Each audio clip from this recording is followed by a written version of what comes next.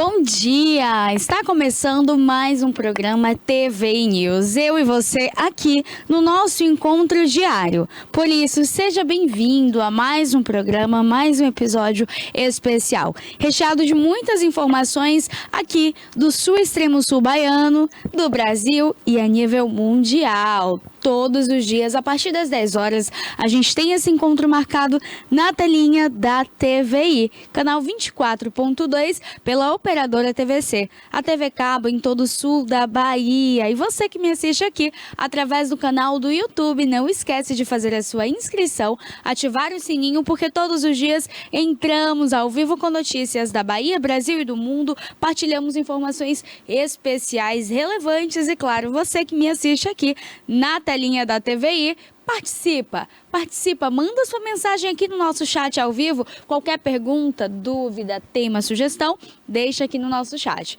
Se eu receber aqui da produção a sua dúvida, a sua pergunta, eu respondo na hora, manda pra gente, vem participar, vem ser parte aqui da TVI. Está aparecendo aqui o nosso canal, se você quer mandar aí para o seu familiar para não perder nada, porque hoje também é dia de Bem Viver com Priscila Cel e Dalila Ribeiro, os 10%, fica aqui nessa telinha, ó, manda esse link para sua família, para todo mundo assistir em casa, dicas de saúde, qualidade de vida, bem-estar. Dalila Ribeiro também fala para profissionais que buscam, então, elevação. Oi? Dalila Reis fala então aí para profissionais que buscam crescimento, ou seja, você é de casa, olha, as dicas são especiais. E claro, a gente vai iniciar aqui então com a nossa previsão do tempo. Por quê? Porque final de semana, gente, foi uma delícia, mas ontem já iniciou a semana, segundona, aquele tempo ameno. Hoje o sol já quis aparecer de uma forma mais firme, aquele solzinho gostoso. Então vamos ver como vai ficar a previsão do tempo então para que as nossas cidades no extremo sul baiano. Olha, Itabuna, nesse momento, os termômetros marcam aí 26 graus, a máxima hoje chega a 29, então hoje tem calor, tem solzão. Previsão de chuva baixíssima, 25%. Final do dia, então, ali o tempo fica firme, um pouco nublado, mas não tem expectativa de chuva. Entretanto, já tinha uma chuva, uma frente fria se formando, então, aqui no extremo sul baiano. A gente sabe também que Ilhéus, nesse momento, se encontra com aquele solzinho gostoso, firme. Ilhéus recebe muitos turistas nessa época do ano também. Embora seja inverno, a gente sabe que o pessoal do sul vem para cá aproveitar as férias, conhecer a nossa praia, o nosso litoral, que é lindíssimo. Então, Ilhéus, nesse momento, marca 27 graus, máxima de 28. Ilhéus também, olha, fica com o tempo firme. Itacaré também. Bom para os turistas aproveitarem. Salvador, a nossa capital baiana, nesse momento marca 28 graus. Aquele calor que Salvador tem, aquele calor iminente que a gente sai, ó, se abanando, que não aguenta. Bebe bastante água, hein? Porque assim, água é bom para hidratar, água é bom para a vida, água cura, água é saúde, então bebe bastante água, com sol, com chuva. Protetor solar também aí é super importante, tá? Nessa época do ano, então, a gente acredita que é inverno, ai, mas o sol não tá assim, às vezes chove, às vezes não chove. Põe o seu protetor solar, tá? Vamos cuidar da pele, da saúde, para todos os dias você assistir a gente aqui, ó, cheio de saúde. Afinal, são 20 anos contando, ouvindo e fazendo parte da sua história. Olha, a nossa primeira notícia do dia, então, que eu quero dividir aqui com vocês, é uma notícia muito triste, aqui mesmo de nossa cidade, Itabuna, no extremo sul baiano. A gente fala e conta aqui histórias de mulheres corajosas, mulheres importantes, imponentes, e a gente fala para pessoas que são de caráter e que com certeza respeitam o direito e bem-estar do outro.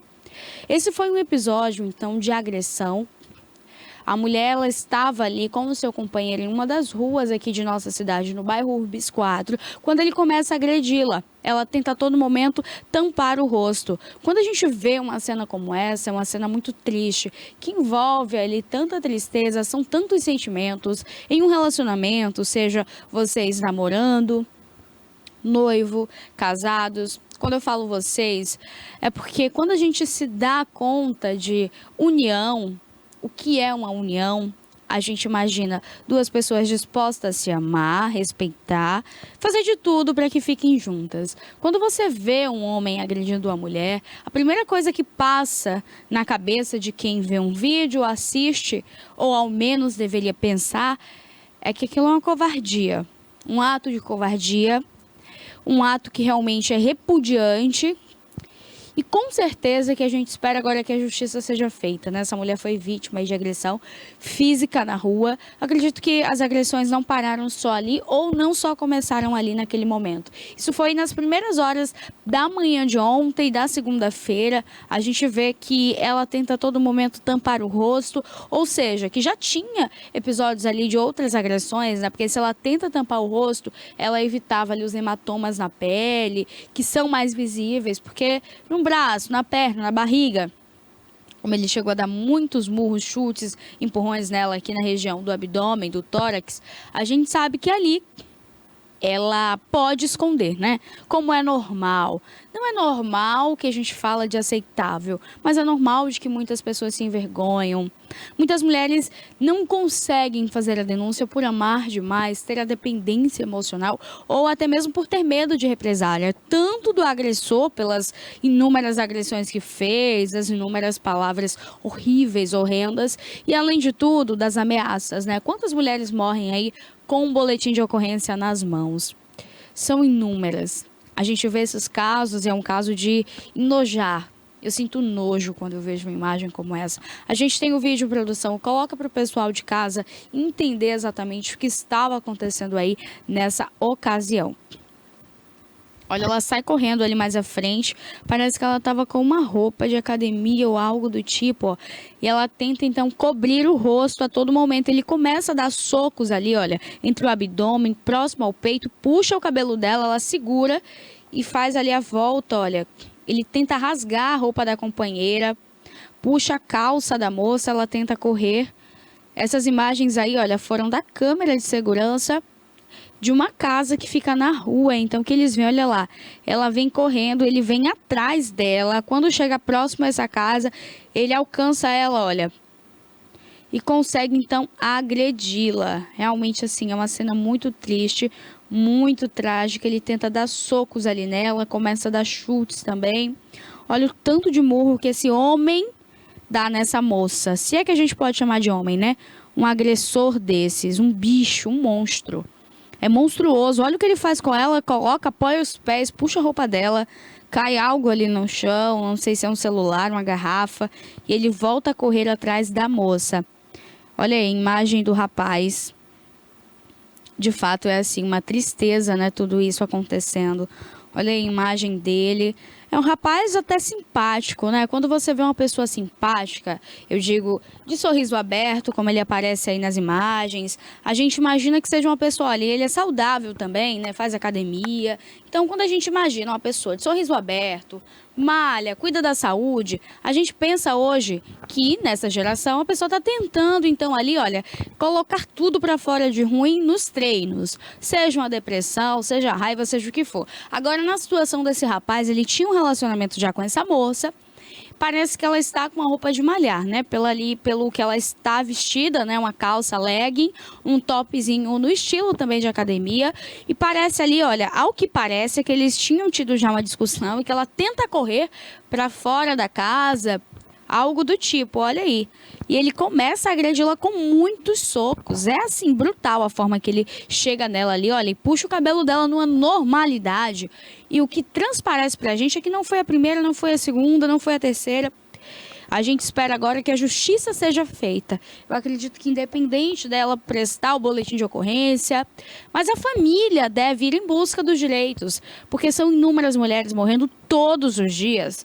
Todos os dias, gente. São todos os dias. A gente vê que os níveis aí de feminicídio são muito grandes.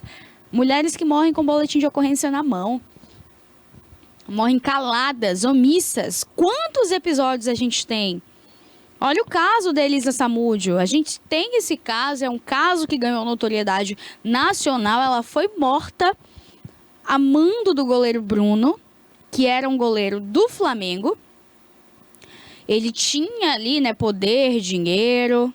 ela tem, né, um tipo de relação com ele durante ali alguns dias, semanas, acaba engravidando do Bruninho, que é o filho deles dois. E durante esse processo ali, olha, engravidou, ela tenta conversar com o Bruno que ela estaria grávida, ele fala para ela tirar a criança, abortar o bebê. Ela diz que ela não vai abortar e nisso se inicia ali os episódios de ameaças. Acredito eu também que a Elisa buscando entender o que o Bruno faria agora, já que ela estava grávida, ele queria que ela abortasse, ela não vai abortar, ela procura ele 1, 2, 3. Começam os episódios ali de violências e, claro, ela busca então dar entrevistas e ela ainda fala em uma dessas entrevistas que, olha, eu estou dando a entrevista, estou concedendo essa entrevista, porque se algo me acontecer, a primeira pessoa que vocês precisam saber que fez foi o Bruno. Então ele não vai ser doido nem de tocar o dedo em mim. Mas o Bruno foi. O Bruno foi além, porque além da Elisa ser morta, ela foi esquartejada de forma brutal. A Elisa foi morta, esquartejada por uma trama diabólica. O Bruninho foi jogado ali, olha, em uma favela, dentro de um caminhão não, uma espécie de local ali onde jogavam os lixos dessa comunidade e foram ouvindo, pessoas que moravam próximo, foram ouvindo ali ao longo da madrugada um choro de bebê. Eles acreditavam que o Bruninho iria morrer sendo jogado ali ao léu, à própria sorte. E aí que eles se enganam. Quando Deus entra na história, a justiça é outra, é feita de forma diferente. A gente nunca entende, na verdade, os propósitos, né? E hoje o Bruninho está aí, um rapaz grande, cheio de saúde, também joga futebol. Ele é amado pela família da mãe, bem cuidado pela avó, a mãe da Elisa Samúdio. E a única pergunta é onde está o corpo da Elisa? Nunca foi respondido. Então a gente vê uma cena como essa e a gente já lembra de diversos outros casos. Quantas mulheres são mortas? Quantas? São inúmeras. Então você de casa não se cale, denuncie, seja você a vítima, seja você quem vê, quem presencia.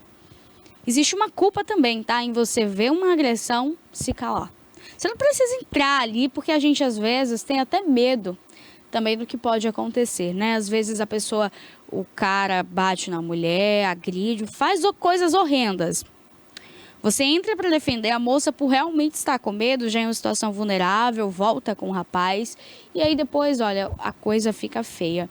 Só que assim, é muito melhor que você ligue para a polícia, deixe que a polícia resolva, do que você assista e ache que você não tem nada a ver com aquilo.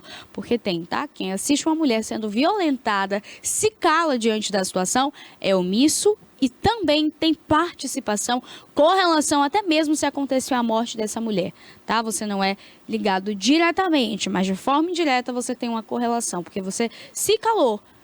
Principalmente um caso como esse, olha, que acontece nas ruas, que é filmado, flagrado por uma câmera de segurança. Então, a dona da casa, o dono da casa pode sim ligar para a polícia, fornecer as imagens para a polícia, para os familiares aí dessa vítima também. Olha, antes de passar a bola aqui, então, para Priscila Cel, eu quero falar com vocês sobre Preta Gil. Eu vou em um breve intervalo, Cássio, e na volta a gente conta aqui um pouco da história e homenageia a Preta Gil, que nos deixou aí de uma forma tão triste neste final de semana nos Estados Unidos.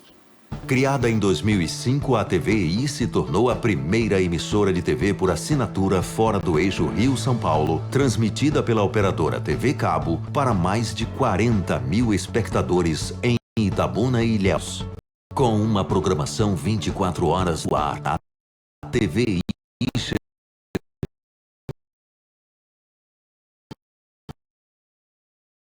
chegou a fazer 6 horas de programação local diária ao vivo, revelando talentos para a televisão baiana. Inserida na Lei do Cabo, a TVI passou a integrar o seleto grupo de TVs com programação qualificada junto à Ancine e contribui com a capacitação do mercado audiovisual da Bahia para a captação de recursos para a produção de minisséries, reality shows, documentários e outros produtos de entretenimento para as mais variadas plataformas. Equipada com estúdios de áudio e vídeo e modernas ilhas de edição, a TVI também está preparada para trabalhar no jornalismo factual local, inclusive utilizando sua unidade móvel SDNG. Passando agora por uma reestruturação, a ação programadora detentora do canal TVI se prepara para transformar o sul da Bahia em um polo de teledramaturgia, movimentando o mercado do audiovisual da Bahia. TVI é da Bahia, é da gente. A dificuldade era muito grande, pegar água de chuva e sempre era aquele reaproveitamento de água constante. Com mais água para a cidade, a Prefeitura e a EMASA, em parceria com o Governo do Estado, seguem transformando a vida das pessoas. São mais de 140 mil pessoas beneficiadas. É mais água, mais saúde, mais qualidade de vida e dignidade para Itabuna. Tomar um banho, dar uma descarga, é uma coisa sensacional. Somos a informação. Chega até você. Somos a boa notícia. Somos mensageiros da alegria. Eu, ele, nós, vós, eles. Somos um por todos. E todos somos um. Somos um veículo conduzindo amor e emoção. Sobrevivemos às dificuldades, tempestades e obstáculos em nossa existência. Somos a resistência. Nós somos cabeças que pensam, que analisam, que formam opiniões. Quem nos assiste compreende. Porque também é a cabeça que reflete e que processa. Somos a TVI. Há 20 anos, falando para quem pensa. Pensa na gente. Pensa na TVI, única emissora de TV por assinatura do Norte e Nordeste do Brasil. A entrega da primeira etapa da nova orla da Beira Rio e do Berilo já está transformando o visual de Itabuna e já transformou os dias de folga de Anderson. Pode vir que tá show. A prefeitura caprichou.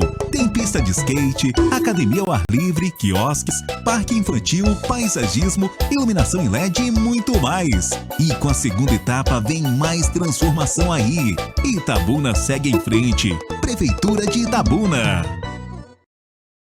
Entretenimento, memória e poesia. Defesa do consumidor. Comportamento. Utilidade pública. Musical. Direitos e inclusão. Tecnologia. Notícias. Política. Opinião. É TV Cabo, é streaming, é YouTube, é Instagram, é Facebook. É o início de um novo caminho. É você seguindo, é você assistindo. Somos a TVI. Há 20 anos contando sua história.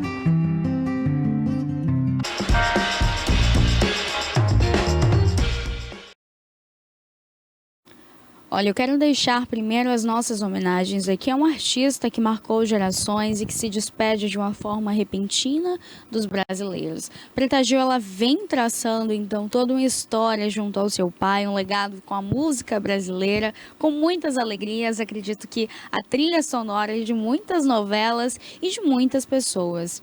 A Preta Gil, ela traçou também uma história de luta, uma resistência e, claro, a vontade de viver era nítida. A Preta Gil colecionou muitos amigos que deixaram muitas coisas de lado e foram então cuidar da amiga de uma forma carinhosa, respeitosa e fazer com que os dias fossem mais fáceis de se viver.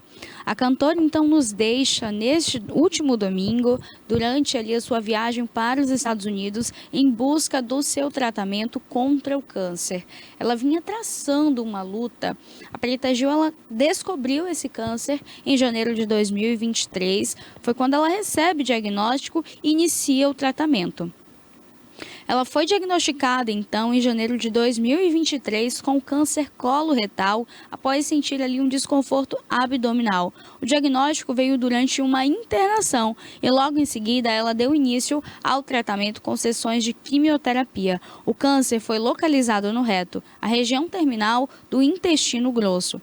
Durante o 5º ciclo de quimioterapia, em abril, Preta Gil, ela enfrentou um episódio grave de sepse, que é quando a infecção ela se torna generalizada e acabou levando a cantora à UTI de unidade intensiva.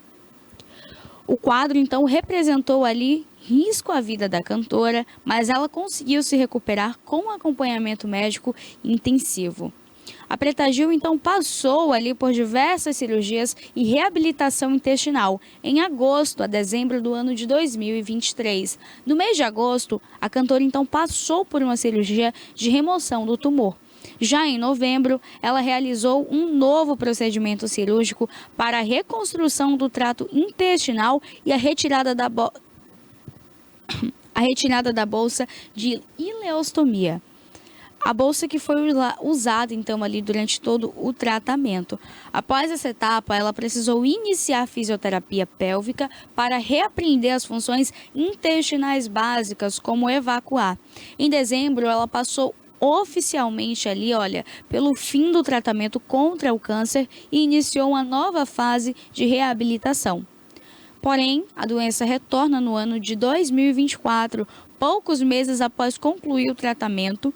Em agosto de 2024, ela comunica, então, que o câncer havia retornado com metástase em 4 pontos: um nódulo no uréter, um no peritônio e 2 nos linfonodos. A cantora retomou imediatamente o tratamento oncológico com uma nova quimioterapia. Ela passou por um tratamento com bomba de quimioterapia em setembro de 2024. No mês seguinte, ela passou a utilizar uma bomba portátil de quimioterapia, o que permitiu dar continuidade ao tratamento em casa e sem a necessidade de internação prolongada, como ela já vinha traçando há longos meses. As cirurgias emergenciais foram necessárias e a interrupção do tratamento em novembro de 2024. Ela foi submetida, então, a uma cirurgia de emergência para substituir o catéter por conta de complicações com cálculos renais e obstrução do duplo J. Por conta da cirurgia, a quimioterapia precisou ser temporariamente interrompida.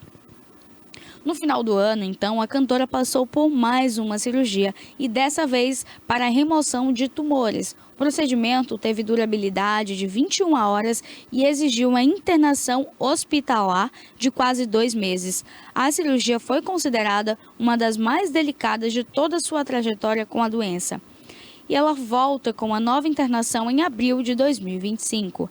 Ela continuou enfrentando esse tratamento de câncer coloretal diagnosticado no ano de 2023. Ela foi transferida, então, de UTI aérea do Rio de Janeiro para o Hospital Sírio-Libanês em São Paulo, no dia 6 de abril, para continuar todo o tratamento. O seu estado de saúde era considerável estável, mas sem previsão de alta.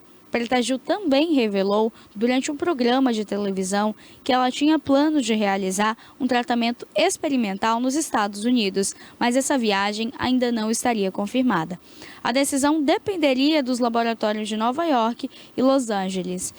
Foi essa cirurgia e tratamento que a Preta Gil passaria, então, até o final do ano, nos Estados Unidos. A cantora, então, estava ali junto a amigos, fazendo, então, a busca por esse tratamento. Seria um tratamento experimental. Quando a Preta Gil retornaria para o Brasil, ela passa mal. É levada do aeroporto para um hospital ali nos Estados Unidos. Entretanto, no trajeto, ela acabou não sobrevivendo. É uma tristeza, de fato. O Brasil se despede, então, de Preta Gil. Preta Gil nos deixa, ela é filha do Gilberto Gil e da Sandra Gadelha. Nascida, então, em 8 de agosto de 1974, no Rio de Janeiro, faleceu no dia 20 de julho de 2025 em Nova York, nos Estados Unidos. Ela deixa, então, a Fran, que é a sua filha. Ela deixa marcado aí uma trajetória de luta, de resistência. Em algumas entrevistas, o Roberto Gil, pai da Preta Gil, conta que ele sentia, então, a vontade de falar para a filha sobre o descanso, que ele tratava a vida e a morte como algo que se inicia e um ciclo que precisa ter um fim. O sofrimento da Preta Gil era visível. A cantora, então, se despediu aqui da Bahia, com um banho gostoso de mar durante o carnaval. Ela foi liberada pelos seus médicos e a cantora vinha sofrendo muito. Eu acredito que esse é um momento de descanso para o corpo e a alma da Preta Gil. Então, os nossos sentimentos aos familiares, aos amigos, aos fãs enlutados nesse momento. Mas foi um descanso que a Preta Gil ela já não encontrava mais. A Preta Gil precisou ser medicada, dopada por muitas vezes para ela conseguir falar em público, porque ela não podia mais sentir aquela dor. O corpo entrou ali, olha, em sepse e além da sepse em metástase, que é quando o câncer ele se espalha por outros órgãos. Além do câncer estar no reto da Preta Gil, ele se espalhou por mais 4 locais do corpo dela, 4 órgãos. Então ela passava por uma dura luta, enfrentando o câncer. Os nossos sentimentos, então, aí, olha, eu acredito que a música brasileira, ela nunca mais será a mesma. Entretanto, a gente entende que foi um descanso em que a Preta agora, olha, ela não sente mais aquelas dores horríveis, não precisa ver a sua vida definhando aos poucos, que era assim que a gente encontrava, uma moça de sorriso aberto, brilhante, com músicas boas nos lábios, boas canções, marcou gerações, mas que vinha enfrentando aí, olha, uma batalha pela vida. A Preta Gil nos ensina, então, a importância de viver o hoje, o agora, e o quanto a vida, olha, é uma rápida memória. A gente vive bem, amando, e que a gente nunca esqueça, então, de dizer o quanto a gente ama, de abraçar os amigos, os filhos, os pais, e dar valor a cada momento, porque a vida é um presente de fato, né? E a Preta Gil deixou esse legado para todos nós. Olha, em tema ainda de saúde, eu quero deixar aqui, então, o caminho aberto para Priscila Cel, trazer dicas de saúde, qualidade de vida e bem-estar aqui no Bem Viver. Então, pode rodar a vinheta, porque vem aí, Bem Viver, Priscila Cel.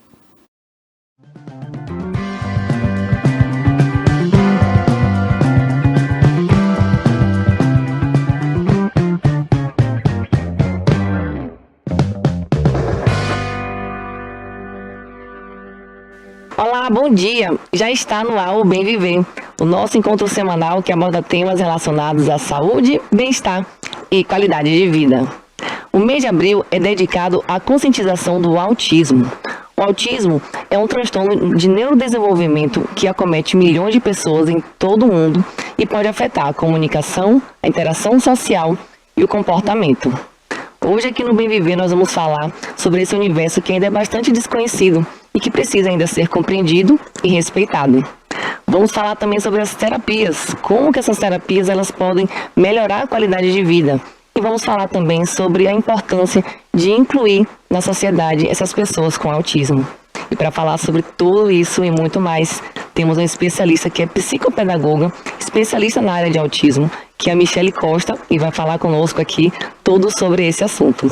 Bom dia, Michele. Bom dia, Priscila. Seja bem-vinda. Prazer grande estar aqui e poder falar sobre autismo é sempre importante para que a gente, de fato, consiga conscientizar melhor, né, tanto pais quanto profissionais da inclusão dessas crianças. Então, prazer estar aqui. A honra é nossa, tá? Michele, ela é uma especialista muito renomada e, assim, eu tive a honra de ter a presença dela aqui e para poder compartilhar com vocês tudo sobre o autismo, tá? Já que ela é experiente nessa área. E em abril, né, como eu falei, nós comemoramos, né, temos esses eventos, conscientizações sobre o autismo e estamos já na programação de abril. Então vamos aqui falar um pouco com a Michele. Michele, fala um pouco sobre a sua formação, sua área de atuação, para que as pessoas te conheçam um pouco mais. Okay. Eu tenho formação em psicopedagogia, mas aí eu fui buscar mais porque a gente sabe que a gente está lidando com um espectro com diversas questões no desenvolvimento. E aí eu fiz neuropsicologia e busquei hoje programas de intervenção, que são programas que a gente tem comprovação científica para intervir em questões do autismo. Então hoje eu tenho as formações que são formações internacionais, como o Denver, o Jasper e o GSDM, que são as intervenções que a gente vê melhores respostas porque buscam através dessas intervenções que a gente consiga de forma natural fazer essa criança aprender habilidades que existem déficits no seu desenvolvimento. Michele, sobre o autismo, defina de uma forma mais detalhada sobre esse transtorno. A sigla TEA, o que significa a sigla TEA, que tem a ver com o autismo? Me explica um pouco mais, por favor. TEA significa transtorno do espectro autista. E por ser um espectro, a gente tem diversas características que são acometidas no desenvolvimento dessa criança.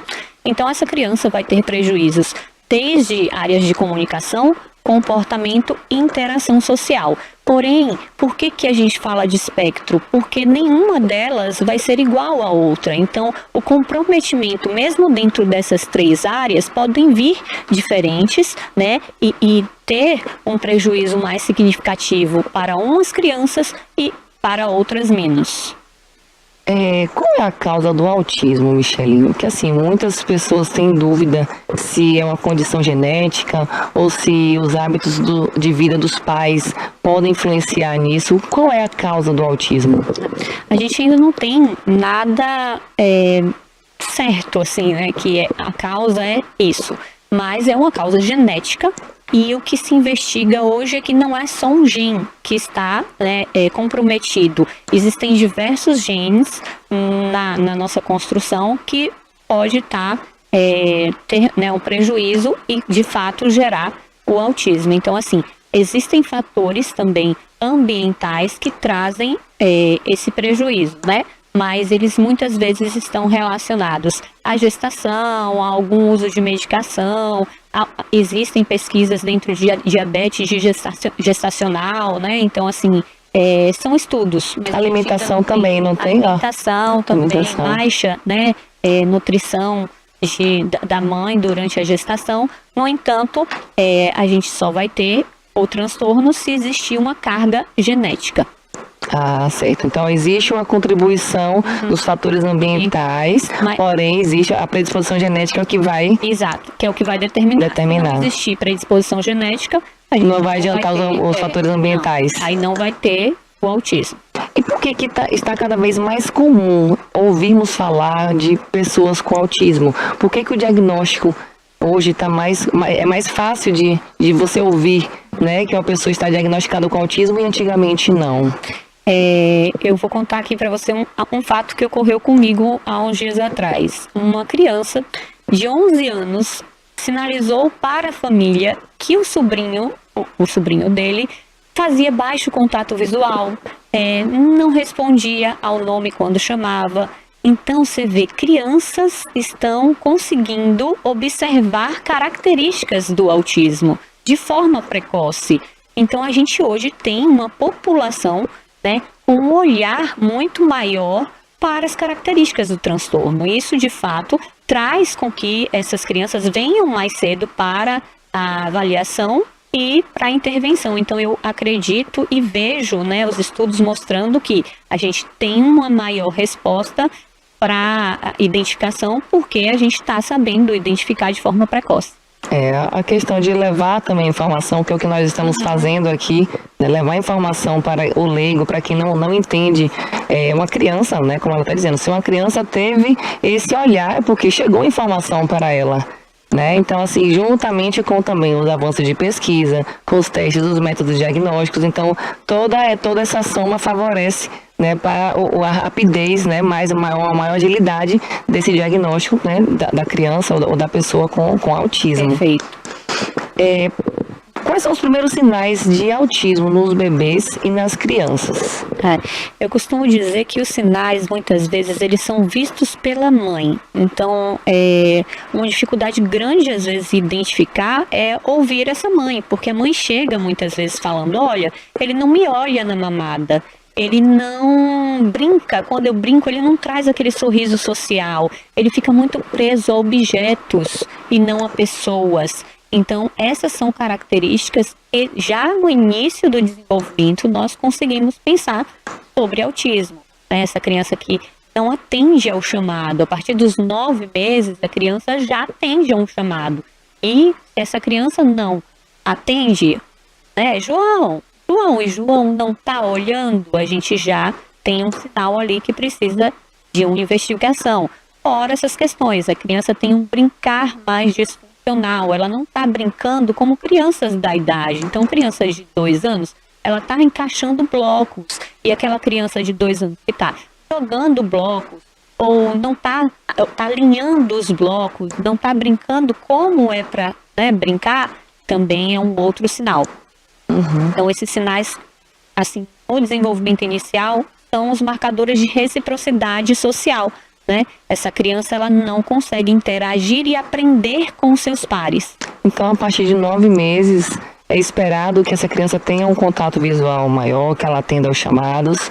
E também tem as questões de déficits, por exemplo, audição. Então, tudo isso vai ser investigado também. Se é só uma falta, uma diminuição da audição, mas tudo isso vai ser investigado para chegar, né, Michele? Não é só chegar com pontos específicos. A gente vai falando dos testes, né, de todos os métodos de diagnóstico. Então, a idade possível para poder dar o diagnóstico do autismo seria? Então, hoje a gente pensa num diagnóstico seguro a partir dos 2 anos de idade. No entanto, as pesquisas mostram que com 6 meses de idade, a gente já consegue fazer uma avaliação de triar o desenvolvimento dessa criança, que é observar essa parte de contato visual, observar as interações dela com o adulto, o quanto ela fixa, né, esse olhar e essa atenção no adulto e não nos objetos.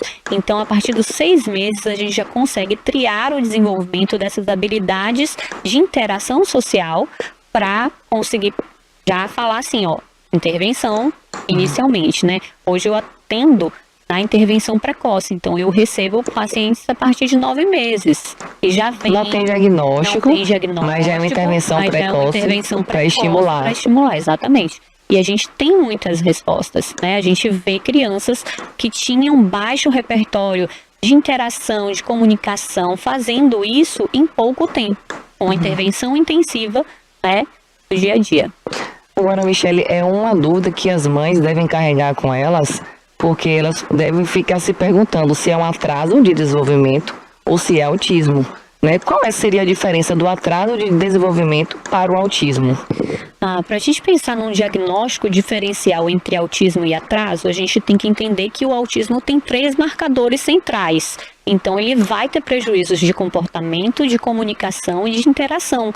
Muitas vezes, a criança que tem atraso no desenvolvimento, ela tem um funcionamento muito bom na comunicação e na interação, né? Porque aquilo, comunicação, ela não é fala, né? Então, a fala, a criança pode ter um atraso de desenvolvimento motor de fala. E aí a gente não está falando de autismo. Então, para ser autismo, a gente precisa pegar essas 3 áreas e marcar informações importantes, significativas, que determinem que essa criança pode vir a ter o diagnóstico. Então, o atraso, ele não compromete, muitas vezes, comportamento, comunicação e interação. São coisas mais específicas, assim, né? Demora um pouco de falar. É bem pontual, é só fala. Entendi. Exato. Mas existe uma apreensão dos pais quando o filho demora a falar. Com certeza. Né? A gente sabe que cada criança lá se desenvolve no tempo dela, né? Uma anda mais rápido do que outra fala mais rápido. Às vezes são irmãos, mas cada um vai desenvolver de uma forma diferente. Eu gosto de falar que, assim, não é a relação de cada um ter o seu tempo, mas sim da gente entender que existem janelas da criança adquirir determinadas habilidades e a gente tem aquele período, 3 meses. Se em 3 meses a criança é para estar andando, né? A gente espera que a criança ande até 1 ano e 3 meses. Passou de 1 ano e 3 meses, já tem uma questão ali no neurodesenvolvimento que precisa ser investigada.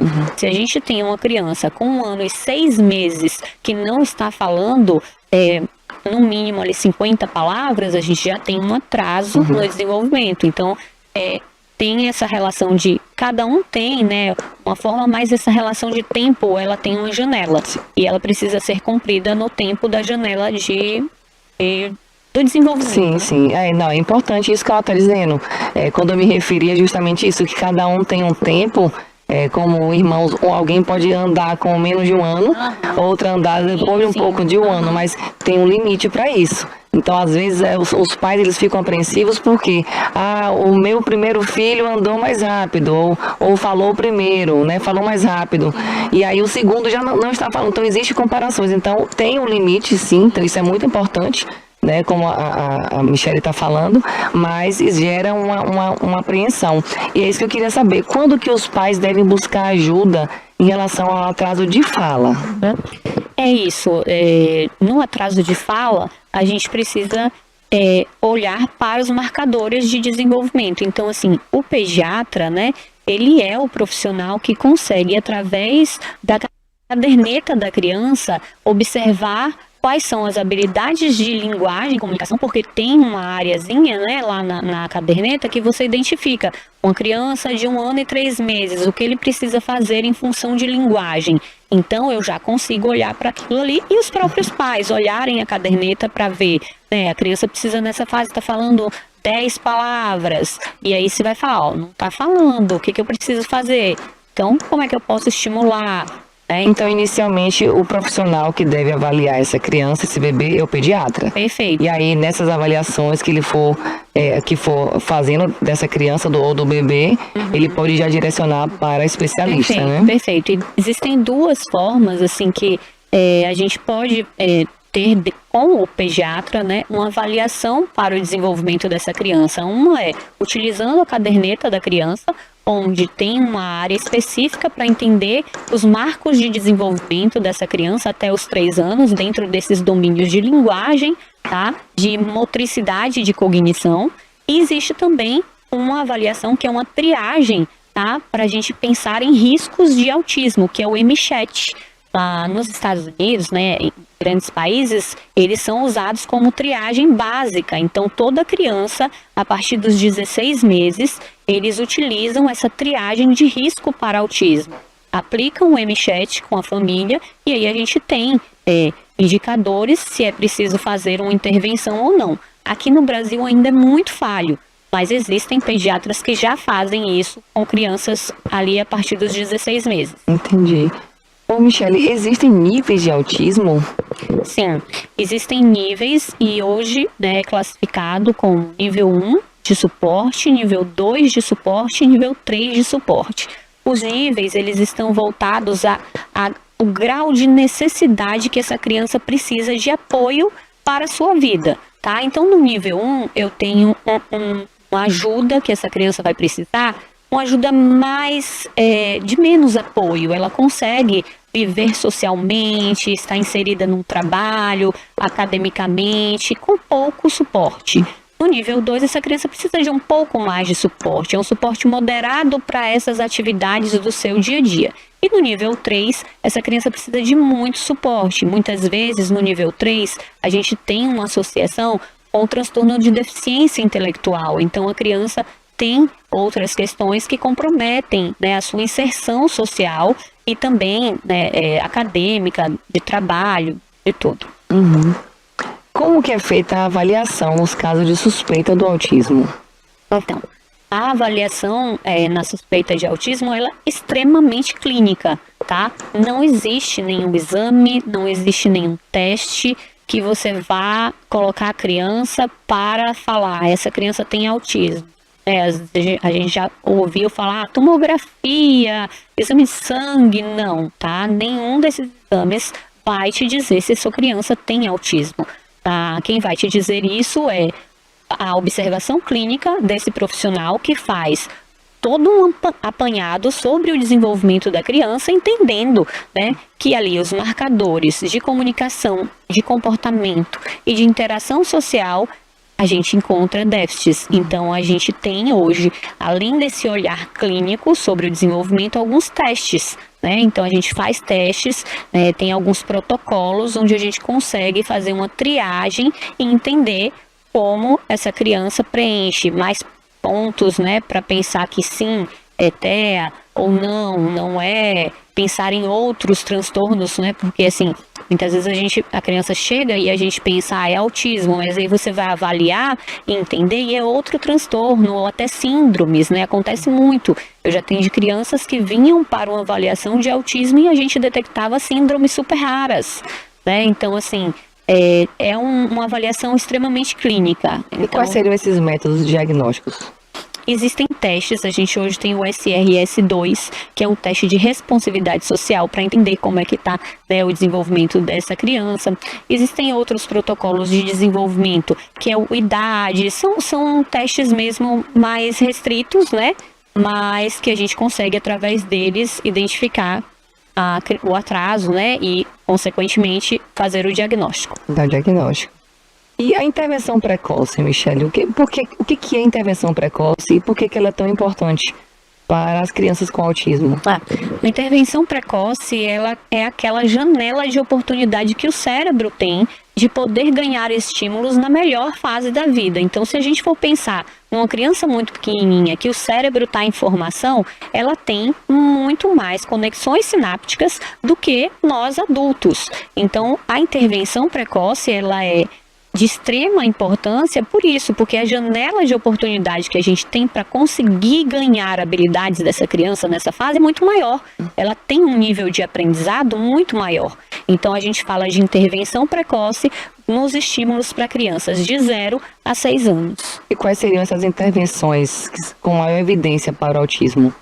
As intervenções hoje com maior evidência estão voltadas à análise do comportamento, tá? Então, a análise do comportamento, através de estudos voltados para essas áreas de comportamento, comunicação, interação, teve respostas através das suas pesquisas que essas crianças precisavam de estímulos específicos para essas áreas. Então, surge a intervenção naturalista, com base no modelo, com base na ciência da análise do comportamento, e aí surge o modelo Denver, que é esse modelo que eu atuo hoje, que é um modelo que ele prioriza a relação entre o cuidador, o terapeuta, e a criança. Então, se a gente hoje tem no autismo déficits de orientação social, reciprocidade social, a gente precisa de um modelo que atenda a essa base do problema que a gente tem. E aí os modelos naturalistas como o Jasper, o Denver, eles são modelos que preconizam isso na sua intervenção. Então eles vão olhar para a criança de forma individual, eles vão entender qual é o seu nível de desenvolvimento, quais são as suas preferências, como é que essa criança consegue brincar, como é que essa criança consegue interagir, ela vai buscar conexão com essa criança o tempo inteiro, tentando ensinar habilidades. Então a gente parte daquela ideia que o ensino ele é naturalista, ele não precisa ser através de demandas, que a gente tem a ideia inicial da análise do comportamento, mas que depois de um tempo foi visto essa mudança para entrar para uma estratégia mais naturalista. E aí surgem essas outras abordagens, como o Denver e o Jasper. Então são os modelos hoje com melhor evidência para crianças autistas. E como o SDM, Denver, ele funciona na prática? Explica essa sigla, o que é o SDM? Ele quer dizer que a gente precisa se conectar com a criança para cada vez mais ganhar essas habilidades. E o que o Denver, qual é a proposta dele hoje? É que os pais estejam nas sessões. Por quê? Muitas vezes a gente faz uma intervenção de 1 hora com a criança vai para casa e mas ninguém dá continuidade. Exato. Lá, né? Então, assim, os estudos dentro do modelo Denver mostram que as crianças precisam estar em intervenção 20 horas semanais. Imagina se é possível fazer isso 20 horas num consultório. Não tem condição. Então, hoje, nós treinamos assistentes terapêuticas. Então, eu tenho assistentes terapêuticas que implementam um modelo junto a mim, na minha clínica, e tenho treinamento de pais. Então, os pais, eles estão comigo, eles estão dentro da sala, eles estão aprendendo coisas básicas que às vezes os seus filhos não sabem fazer. Então eles podem aplicar essas técnicas em casa. Sim, exatamente. A gente cria um plano de intervenção para que eles possam saber o que a gente está ensinando e através desse ensino eles consigam replicar isso dentro do seu ambiente. Porque aí o que a gente vai fazer? A gente vai dar intensidade para os estímulos, e constância. Então, os modelos naturalistas, eles buscam isso, trazer intensidade e constância no ensino para essas crianças. E é possível uma criança com autismo ela aprender a falar com a intervenção precoce? Sim. A gente hoje pensa na intervenção desses modelos como um desenvolvimento de habilidades globais da criança, tá? Então, quando essa criança entra no consultório e eu tenho nela um atraso de fala, eu vou precisar estimular o quê? Comunicação receptiva, comunicação expressiva. Muitas dessas crianças, elas não estão atentas nem ao som no ambiente. Então, eu faço um som, ela não olha, uma coisa cai no chão, ela também não olha, e aí eu vou precisar trabalhar essas habilidades que são pré-requisitos para que a comunicação, a linguagem venha. Então, dentro da intervenção precoce, a gente vai dando para a criança uma escadinha de ganhos para ela chegar na fala, na comunicação. Então, ela vai passar por todas essas habilidades até vir a fala. A falar, né? E é lindo. Quando a fala vem, é muito emocionante. Emocionante para nós e para os pais, né? E assim, a fala não vem de uma hora para outra. A fala vem primeiro num olhar. Quando a criança passa a te olhar, que era aquela criança que só olhava para o chão, olhava para o teto, mas não te olhava. Ela se expressa com os olhos. Ela se expressa com os olhos, te olhando, dizendo o que quer. Isso é comunicação. Então isso é muito bonito e a gente vai construindo isso através de passos bem seguros para ela. Porque não é entrar numa sala e falar, fala bola, fala casa. Não é isso. Existem todas as etapas que a gente precisa construir. E como melhorar a atenção compartilhada e a interação social desde cedo? No modelo Denver de intervenção precoce, a gente usa as rotinas sensório-sociais. Todo mundo faz um pouquinho de rotina sensório-social com o filho, que é pegar ele, jogar pro alto, fazer uma cosquinha, brincar de que vai pegar. Então essas atividades ajudam muito na atenção compartilhada, porque a gente vai focar no outro. Então as rotinas sensório-sociais são aquelas brincadeiras que a gente não precisa de um brinquedo, a gente não precisa de um recurso, a gente vai priorizar a nossa relação com a criança. Então eu vou brincar de pega, colocar um lençol na cabeça, tirar esse lençol da cabeça, fingir que vai pegar. Eu digo que aqueles tios que às vezes a gente fala, sabe aquele tio chato que chega para brincar, joga pro alto, eles são ótimos nesse processo, porque eles conseguem trazer bastante essa comunicação e interação com a criança. Interessante. Michele, como lidar com os problemas do comportamento no dia a dia dessa criança com autismo? E depois, rapidamente, também sobre na escola. Como a gente pode falar a mudança de comportamento aos problemas, na verdade, de comportamento no dia a dia e na escola? Tá. Para a gente pensar em problemas de comportamento, a gente tem que entender qual é a função do comportamento. Essa parte é uma parte mais complexa da análise do comportamento, né? Que a gente vai analisar funcionalmente por que aquela criança está tendo determinado comportamento. E eu vou dar um exemplo. A criança joga os brinquedos no chão assim que o pai chega em casa. Ele começa a jogar tudo no chão. E aí a gente vai ter que pensar, nossa, esse é um comportamento disfuncional, não tá legal. Mas se a gente não entender por que ele está fazendo isso, a gente não consegue agir no foco desse problema. Então eu vou ter que entender, olha, ele está jogando no chão, por quê? Porque ele está querendo chamar minha atenção. Vamos pensar sobre isso? Pode ser isso. E a gente começa a levantar hipóteses para entender. Pronto, identificamos, ele está jogando para chamar atenção. Então a gente vai precisar ensinar um comportamento substitutivo. Como é que ele pode chamar a nossa atenção sem jogar os brinquedos no chão? E aí a gente vai ensinar um comportamento que seja mais adequado para que essa criança possa usar nos momentos que ele quer chamar atenção, né? Então, assim, identificar a função do comportamento é muito importante para saber como lidar, porque muitas vezes essas crianças não têm repertório de comunicar o que eles precisam fazer. E qual seria o papel da escola na inclusão das crianças com autismo?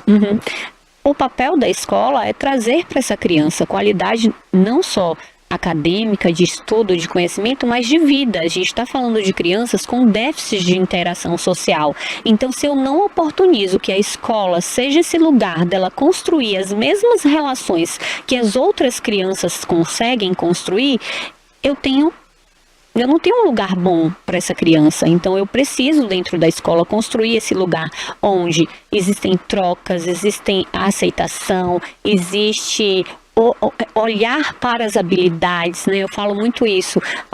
Toda criança tem habilidade. Qual é a habilidade daquela criança autista que está ali? É nisso que a gente vai focar, é isso que a gente vai usar para aumentar seu repertório, tanto pedagógico, né? Também de interação social. Michele, até que ponto a intervenção precoce ela pode melhorar o prognóstico dessa criança com autismo? Muito. Eu digo que intervenção precoce é vida. A intervenção precoce muda muitos prognósticos de crianças que entraram para a intervenção com um nível de suporte 3 e com a intervenção estão no nível de suporte 1. elas não vão deixar de ser uma criança autista, mas elas vão ter uma mudança, tá, de suporte para suas necessidades e cada vez mais vão conseguir entrar socialmente, ter uma vida social, né? E quais seriam as terapias complementares que podem ser utilizadas junto com a intervenção precoce? Pronto. As intervenções hoje que a gente tem, a gente chama de uma equipe multidisciplinar no tratamento de crianças autistas, a terapia ocupacional, a fonoaudiologia, a fisioterapia. Então, assim, a psicologia, né, todos esses profissionais, eles fazem parte da intervenção com crianças autistas. A única coisa extremamente importante que eu enfatizo muito é que esses profissionais tenham conhecimento e formações específicas para atuar com autismo, porque a gente sabe que existem muitos profissionais, terapeutas ocupacionais, psicólogos, que estudaram e estudam bastante, mas se eles não dominarem o autismo, a gente não tem técnicas específicas para intervir com essas crianças. E o que é que nós precisamos pensar para que essas crianças sejam inseridas socialmente e profissionalmente? Eu digo muito isso para os pais, porque eu sei que muitas vezes é uma angústia deles, né? Poxa, o que o meu filho vai ser quando crescer? E aí eu falo muito, ele vai ser o que você consegue identificar de habilidade nele. Então, o que ele faz bem, né? Assim, eu já tive uma paciente pequenininha, foi crescendo e ela adorava fazer docinhos, decorar docinhos. E aí, ela hoje faz docinhos, sabe? Então, docinhos de festa, docinhos ela achou um lugar para ela socialmente e ela é feliz fazendo aquilo. Ela fez da sua habilidade algo que virou o seu trabalho, né? Perfeito. Então, eu acho que é isso. Identificar a habilidade da criança faz mudar, né, qualquer prognóstico e ajuda ela a ser feliz e socialmente estar dentro, né, da sociedade, do núcleo, né, exatamente. Michele, esse tema ele é muito vasto. Você conseguiu ser assim bastante objetiva, bem clara em suas explicações. A gente passaria mais tempo aqui falando, porque realmente é um assunto que requer, são mínimos detalhes, né? Então, como você falou, os campos que podem ser acometidos de fala, de interação social. Então, assim, seria uma discussão bem longa, mas assim, você conseguiu ser bem objetiva. E caso alguém tenha interesse de marcar uma consulta com você ou tirar uma dúvida, qual seria o contato, uma rede social para poder as pessoas falarem com você? Pronto, pode falar comigo através do @Michele Terapia de Criança. Michele com 2 L's, Terapia de Criança. Lá eu vou falando muito sobre autismo, a gente tira dúvidas, pode conversar um pouquinho mais sobre esse tema.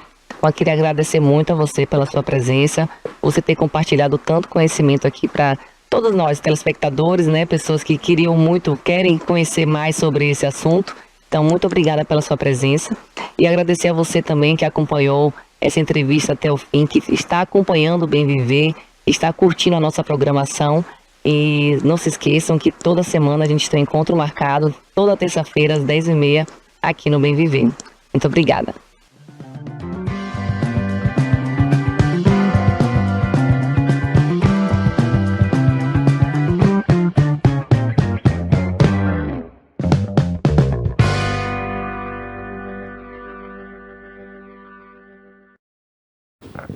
Olá, estamos de volta aqui então com o TV News e claro, hoje iremos falar então aí sobre estética corporal, emagrecimento, procedimentos estéticos. A gente vive, olha, em uma geração em que está cada vez mais buscando se cuidar e dessa vez vem aí também, olha, dicas para a escolha correta de cada procedimento que você de casa tem vontade de fazer ou faz. Por isso, o nosso entrevistado já está aqui no estúdio conosco, Dr. Marcos Duarte, que ele é especialista em estética corporal e também em emagrecimento. Bom dia, doutor Marcos, seja bem-vindo. Bom dia, gratidão.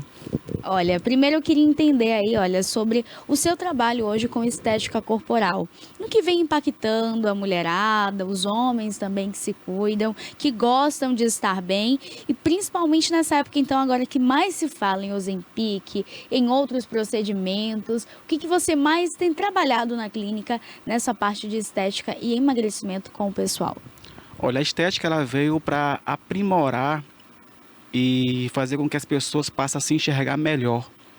Então a estética ela surge como um meio de melhorar a autoestima, melhorar a autoimagem, você conseguir se olhar no espelho, e isso é essencial. Lá nós trabalhamos tanto o processo de emagrecimento, na parte de redução de medidas, gordura localizada, tratamentos faciais, e a cada dia que passa, a estética ela avança. Então nós temos também a questão do lipolaser, que é um laser de baixa potência, que vem auxiliar em todo esse processo de emagrecimento. Então, assim, o que tem de moderno nós procuramos trabalhar para aprimorar ainda mais essa questão da autoimagem. Porque quando você consegue se olhar no espelho, ou quando você consegue se vestir a roupa que você tanto deseja e tanto quer, isso não tem preço. A autoimagem, se valorizar no espelho, não tem... Olha, a gente vive hoje numa geração em que quer se alimentar bem, quer malhar, quer optar pelos procedimentos, né, para ter uma forma mais rápida também ali, tanto para o ganho de massa, para definição e até mesmo emagrecimento. Agora, cada corpo é cada corpo. Eu queria entender como é feito esse processo, então, ali de avaliação para identificar qual seria, por exemplo, o procedimento ideal para aquela pessoa. Então, a avaliação, ela define, como você mesmo falou, cada corpo ele é um organismo. E primeiro temos que entender a fisiologia e a situação que aquele paciente deseja. Então, por exemplo, ontem eu atendi um cliente, ele queria hipertrofia. Só que para gerar essa hipertrofia nele, ele precisava também gerar um ganho de massa muscular, porque ele estava com uma grande perda de massa. Então, assim, entender o que o cliente quer, a necessidade dele, se ele precisa de um ganho de massa muscular, se ele precisa de um processo de emagrecimento, ou até mesmo um processo de definição. Então, assim, primeiro passo, entender as necessidades, entender como é que esse cliente se encontra, como é que está esse estado emocional. Ah, eu quero emagrecer, mas como é que está esse estado emocional? Existe uma compulsão alimentar, existe um desejo desenfreado por doce. Então, quando a gente começa a entender como é que se encontra o quadro do cliente, a gente começa a dar um diagnóstico mais preciso e um resultado também. Então, precisamos entender o processo dele se encontra, entender a fisiologia dele, que é o primeiro passo, se ele quer uma redução de medida, se ele quer um processo de emagrecimento, se ele quer uma definição, e aí em cima disso montar um protocolo. Mas antes de mais nada, é entender essa questão. Ah, como é que você quer? Como é que está seu corpo? Como é que você se enxerga no espelho? Como é que você está se vendo? A imagem que você está enxergando está te fazendo feliz? Está sendo satisfatória? A gente costuma dizer que é o seguinte, qual é a fatura que você quer pagar para ter um corpo que você deseja? Quando a gente fala fatura, eu quero dizer, você está disposto a sacrificar a bebida alcoólica? Você está disposto a sacrificar os doces, os salgados? Porque muitas vezes os hábitos alimentares vão interferir diretamente em todo o processo, seja no processo de emagrecimento, seja no processo de definição, seja no processo que você queira alcançar qualquer objetivo. Então, entender que existe uma fatura e essa fatura será os sacrifícios. Esse sacrifício vai gerar em você o quê? Uma autoconfiança, um embelezamento, um corpo definido, um corpo mais belo. Então, todo sacrifício tem suas recompensas. Então, entender de fato como você se encontra e para onde vamos direcionar você é o ponto principal para fazer uma avaliação correta. Olha, para quem deseja uma solução mais rápida, eficaz, de forma natural, sutil e claro, que consiga então voltar a ter autoestima lá em cima e busca um emagrecimento, mas foge da parte cirúrgica. Olha, doutor Marcos, não quero cirurgia, porque cirurgia tem os riscos e pode vir consequências e é mais cansativo também aquele pós, né, chatinho. Qual seria hoje o procedimento que você fala, olha, esse daqui você consegue perder a sua gordura localizada, você consegue ver ali de uma forma mais rápida e até mesmo mais natural? Existem protocolos que visam dar um resultado rápido. Então, por exemplo, as lipoenzimáticas, que são conjunto de ativos que visam acelerar o seu organismo na quebra de gordura.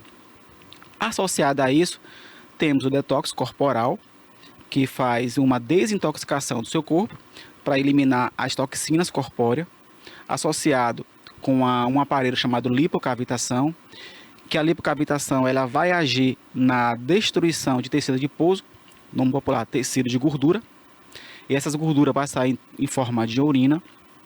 Temos também a questão do laser. Associado também o quê? É preciso que haja uma combinação. Então, eu quero ter um resultado rápido para chegar ao verão, para conseguir botar um biquíni ou vestir uma calça, ou para um evento. Você já passou pelo nutricionista? Você já fez seus exames diários? Você já fez uma reeducação alimentar? Porque a estética ela consegue te dar um resultado de forma rápida e também de imediato. Mas como é que está as suas mudanças diárias? Como é que está você com os seus hábitos alimentares? Então, assim, a gente consegue dar um resultado e eficaz, tanto com as partes das enzimas, que são esses ativos que vão acelerar esse organismo na quebra de gordura, assim como a parte dos aparelhos, que aparelhos podem ser utilizados para ter um resultado rápido. Pode ser utilizada a radiofrequência, que vai gerar um aquecimento local, que vai gerar uma melhora do tecido, tanto da parte da flacidez, da celulite, da gordura localizada. Então, esse conjunto de procedimentos vai fazer que haja um resultado perfeito. Olha, então seria um conjunto de protocolos para que esse paciente tivesse um resultado mais harmônico, natural e eficaz, né? Até mesmo de imediato. Agora, durante ali também, todo esse mundo de saúde estética, existem as massagens relaxantes também, né? A gente vive com todo o estresse do dia a dia, acaba que o nosso corpo vai somatizando tudo, e esses nódulos vão surgindo, e a dor no braço, na perna, na barriga, em tudo que é lugar. A massagem, por exemplo, relaxante, qual seria a maior diferença entre massagem relaxante e a, por exemplo, que ajuda a diminuir ali aquele estresse que o corpo vai somatizando e acaba que o nosso corpo dá uma inchada também, né, devido aos líquidos. Eu mesmo sofro com isso, eu tenho esses problemas aí, então, com algumas questões de alimentação, e aí vira e mexe, é dor, é braço, é perna. Agora me conta aí, quais seriam então ali as dicas principais para você diferenciar quando o seu corpo está somatizando esses problemas ou quando você precisa somente ali de uma massagem para desinchar ou de uma massagem relaxante? O primeiro passo é fazer uma avaliação. Como eu expliquei para você anteriormente, entender o cliente, entender o paciente é o primeiro passo. Eu estou com nódulo, eu estou com dor na coluna, eu estou com uma tensão muscular, eu estou com uma retenção de líquido. Então, aí vamos estar fazendo uma massagem mais relaxante, onde vai entrar com o objetivo de aliviar as tensões musculares, aliviar as dores musculares. Então, a massagem relaxante, ela vai além de uma simples massagem, ela vai melhorar o seu nível de cortisol, que automaticamente vai equilibrar o seu corpo, relaxar sua musculatura, aliviar o nível de tensão, aliviar a dor de cabeça, diminuir a retenção de líquido e automaticamente, quando uma pessoa faz uma massagem, ela consegue liberar as toxinas do organismo. E essas toxinas vão ser liberadas em forma de urina. Então, assim, quando um cliente ele precisa diminuir uma retenção de líquido ou aliviar uma tensão muscular, as massagens lá entram para essa finalidade. Não, eu só quero modelar o meu corpo. Então, para isso existe uma massagem modeladora, que você vai fazer o quê? Vai modelar. Vai fazer com que haja manobras vigorosas que vai acelerar essa quebra de gordura. Não, eu só quero aliviar uma dor de cabeça, eu quero aliviar uma tensão muscular, eu quero aliviar esses nódulos. Então, assim, essas massagens ela vai dar uma relaxada. E como é que é feito? É para todo paciente, existe uma manobra específica? Não. Cada organismo, cada corpo tem uma manobra específica. Tem pessoas que precisam uma manobra mais forte, outras uma manobra mais leve, porque a tensão muscular não é igual para todo mundo. A tensão muscular que você tem não é a mesma que eu tenho no meu corpo. Então eu preciso gerar uma adaptação durante as manobras para gerar um alívio correto. Por que essa adaptação? Tem pessoas que têm um nível de tensão muscular muito grande. Então eu não posso simplesmente chegar de imediato e fazer uma massagem muito forte. Então eu preciso entender como é que está essa musculatura e fazer uma manobra suave para gerar um relaxamento instantâneo e promover esse bem-estar. Senão, eu vou gerar o efeito contrário. ao invés de eu relaxar esse cliente, esse paciente, eu vou estar tensionando ele mais ainda. Porque eu não estou obedecendo o princípio principal, que é sua musculatura, a sua idade, a sua fisiologia. Então, para cada pessoa, é preciso gerar uma manobra específica, que são as manobras ritmadas, com leveza ou com a precisão precisa para aquele paciente, para gerar esse bem-estar que ele veio buscar, que é aliviar essa tensão muscular. Olha, agora eu queria entender também, por exemplo, um paciente que passa por algum procedimento cirúrgico e tem ali alguma decorrência, seja do pós, sente muitas dores, tem ali também algum seroma, existe algum tipo de massagem específica para esse caso, alívio das dores e também para quem passa, né, por esse pós tão doloroso? Se recomenda que assim que se sai de uma cirurgia, se faz uma drenagem linfática, mas cada caso é um caso. Então, assim, é preciso que haja uma combinação entre o cirurgião e o esteticista. Geralmente se recomenda fazer de forma imediata, que a gente chama de drenagem linfática manual, pós-operatório. Então, essa drenagem linfática, ela vai gerar a eliminação da linfa e dessa retenção de líquido. Com isso, vai aliviar as dores, vai aliviar as tensões e vai gerar uma melhora e uma recuperação muito mais rápida desse paciente. Então, assim, tem cirurgião que não recomenda, que ele espera dar uma liberação. Outros não. Saiu da mesa de cirurgia, já pode estar se fazendo uma drenagem linfática manual. Essa drenagem linfática são manobras lentas e ritmadas, com ritmos precisos, com a finalidade de aliviar a linfa, a retenção de líquido, as toxinas, gerar uma recuperação mais rápida e, geralmente, quando você faz uma drenagem, você já consegue sentir o alívio e o bem-estar do seu corpo. Olha, agora um outro tema mais específico é sobre emagrecimento, né, que eu queria entender. Hoje a gente vive num mundo em que muito se fala das dietas mais severas, mais rigorosas, dos procedimentos estéticos. Agora, existem os procedimentos não invasivos. E eu queria entender agora aí de você quais seriam essas dicas aí para essa boa escolha do procedimento, para quem deseja tirar as gorduras localizadas, tanto com as enzimas quanto outros procedimentos aí que a pessoa fala, olha, doutor, eu quero chegar lá e eu quero tirar essa gordurinha daqui que me incomoda. Existem outros procedimentos, então, que o paciente pode optar por estar fazendo? Sim. Esses procedimentos é baseado na necessidade desse paciente. Então, como você falou logo no começo, existe o Ozempic, existe o Mounjaro, mas é como eu falei para você logo no começo. Qual é a fatura que você quer fazer ou que você quer pagar para realizar esse procedimento? Quando a gente fala em fatura, a gente fala, você está disposto a gerar um equilíbrio nutricional, um equilíbrio alimentar? Pronto, estou. Então você vai poder fazer tanto a parte da enzimas, da lipocavitação, da radiofrequência, do lipolaser, do lipoled, das enzimas, das massagens. Então, esse conjunto de procedimentos ele vai dar resultados precisos. Então, vamos lá. As enzimas, ela vai tanto agir para tratamento da flacidez, da celulite, da gordura localizada, e também ela tem como função de promover um resultado rápido e eficaz. Então, hoje o campo da farmacologia, ela cresceu muito, ela avançou muito. Então, hoje nós temos ativos que vai agir fazendo uma verdadeira mudança tanto na parte corporal quanto na parte facial. Então, vamos lá. Eu quero promover uma hipertrofia no meu corpo, eu quero promover uma definição.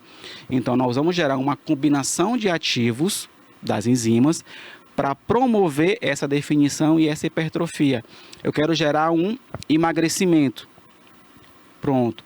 Vamos entender como esse paciente, esse cliente se encontra para promover os ativos corretos que vai combinar para gerar o bem-estar físico e acelerar esse metabolismo. Então, temos enzimas que têm função de acelerador metabólico. Como assim? Vai acelerar esse metabolismo para promover uma maior quebra de gordura. Assim como temos aparelhos que vai ter como função e como finalidade gerar uma apoptose, que é uma destruição programada da gordura. Com isso, esse cliente, esse paciente, ele vai ter um resultado perfeito. Mas eu também tenho uma flacidez, eu também tenho uma celulite. Qual o procedimento que eu posso estar fazendo? Você pode também estar fazendo tanto as aplicações das enzimas, consultando o seu profissional, ou associado também com a aplicação da radiofrequência, que a radiofrequência ela vai promover essa melhora da celulite, da flacidez e acelerar a produção de elastina e colágeno. Mas eu quero melhorar a parte glútea. O que eu posso estar fazendo? Então, hoje no mercado tem os bioestimuladores, tem as enzimas e tem vários protocolos que vai gerar essa melhora da parte glútea. Então, assim, hoje o campo da estética ele é riquíssimo. Então, assim, a gente passaria aqui dias falando sobre essas melhorias que a estética poderia estar promovendo. Então, antes de mais nada, entender como ele se encontra. Como é que está seu corpo hoje? Como é que você está? Verificar as indicações e as contraindicações. Você tem uma pressão alta, você tem uma pressão baixa, você tem alguma alergia? Pronto. Não tendo nenhuma contraindicação específica, podemos estar promovendo essa verdadeira mudança corpórea, tanto com a parte das aplicações de enzimas, quanto com a parte dos procedimentos. Olha, agora eu queria saber também em relação à hipertrofia. Quem busca ter ali aquele resultado, né? Malha tanto, ou principalmente assim, quando a gente fala num corpo mais definido, né? A gente tem ali um visual mais bonito. Agora, quais são as dicas aí na hora de escolher e além de tudo no pós? Porque existe o procedimento, existem os resultados ali que são visíveis até de imediato. Mas no pós, como é que funciona ali, por exemplo, para quem faz tanto a aplicação para o corpo estar mais bonito, quanto ali durante o processo também? Na parte da hipertrofia, existem as enzimas que vai acelerar essa definição. Então, o que se recomenda? Logo após a aplicação, evitar exposição solar, banho de piscina, banhos de praias. Por quê? São regiões que acabou de fazer uma aplicação subcutânea, uma aplicação leve. E se você, porventura, fazer uma aplicação e levar o seu corpo a uma exposição solar, poderá gerar uma mancha. E essas manchas terão uma dificuldade depois de gerar esse clareamento. Então, fez uma aplicação de enzimas voltada para a hipertrofia, evite uma exposição solar. Caso não tenha como evitar, vá 24 horas depois. E outra coisa, fez uma aplicação, vamos deixar esse ativo 24 horas agindo no seu organismo para que venha promover um resultado melhor. Então, tem aplicações que é subcutânea, que é local. Essas aplicações requer que você dê um intervalo de 24 horas para ir para uma academia, gerar uma malhação. Já outra que é intramuscular, você pode ir para a academia de imediato, porque associado com a academia vai potencializar o resultado, porque você aplicou intramuscular para promover o quê? Para promover uma melhora do seu tecido muscular, para você promover uma melhora dessa musculatura, para você promover uma melhora dessa pele e automaticamente a melhora do seu nível circulatório. Então, os cuidados tem que ter sol e banhos muito quentes, porque a região ela fica sensível. Então, se você tomar um banho muito quente após uma aplicação, poderá me gerar algum dano? Não, mas você vai ativar demais essa circulação, fazendo com que o ativo não fique no local e não dando o resultado que você tanto quer e tanto deseja. Olha, então seria um combinado ali entre procedimentos, cuidados do paciente e, claro, o organismo de cada um, né? Uma resposta também ali muito rápida. Cada organismo, ele tem uma reação. Então, cada paciente tem uma reação. porque cada cliente, cada paciente, ele tem um tom de pele, ele tem uma fisiologia, ele tem um organismo. Então, esses cuidados, ele é essencial, ele é preciso, porque é preciso que esse paciente ele tenha consciência do que está sendo aplicado. Ele saiba quais são os ativos que está sendo utilizado. Por quê? A partir do momento que você tem consciência do que está sendo introduzido e do bem-estar que está promovendo no seu corpo, você vai ter uma maior clareza. Por exemplo, um paciente que é hipertenso tem que ter todo o cuidado ao fazer uso de cafeína. Por quê? Vai acelerar demais esse corpo, esse metabolismo basal. Então, assim, eu posso aplicar enzimas que contêm cafeína no paciente hipertenso? Não é recomendável. Então, entender essa fisiologia e explicar, são esses ativos que está sendo utilizado no seu organismo, no seu corpo, e vai promover esse bem-estar. Então, assim, não existe milagres. Existe uma combinação de protocolos e procedimentos e ativos associado com a ajuda do paciente que vai promover um resultado perfeito e eficaz. Olha, agora entrando no universo feminino, como eu sou mulher, eu queria saber o que a mulherada mais busca de procedimento hoje para fazer, para ficar com aquele corpo bonito, né? Com a autoestima lá em cima, nas alturas. No campo feminino, as mulheres buscam muito a questão do tratamento da flacidez, celulite e da parte glúteo. Na parte glútea, elas buscam muito a questão dos bioestimuladores. O que são os bioestimuladores? Os bioestimuladores são um conjunto de ativos que vai promover uma produção de colágeno e elastina, dando uma maior firmeza na região aplicada. Então, usa a combinação da vitamina C, do ácido hialurônico, dentre outros ativos. Associado a isso, tem também o que elas buscam bastante, a questão da ventosoterapia, voltada para promover uma definição, tanto para a parte da flacidez, quanto para a parte da celulite, quanto para a parte da definição. Na radiofrequência, a gente pode estar usando para N situações. A parte glútea, por exemplo, vai promover bastante colágeno e elastina. Na flacidez também.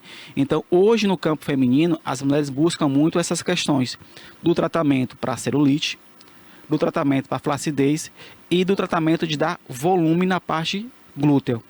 No campo facial também, elas buscam muito essa questão do tratamento da radiofrequência para combater as marcas de expressão, rugas e dar um levantamento mais rápido, porque a radiofrequência, quando gera uma onda de calor, ela vai promover essa produção de elastina, dando brilho, maciez, uma pele mais firme e combatendo os aspectos de envelhecimento precoce.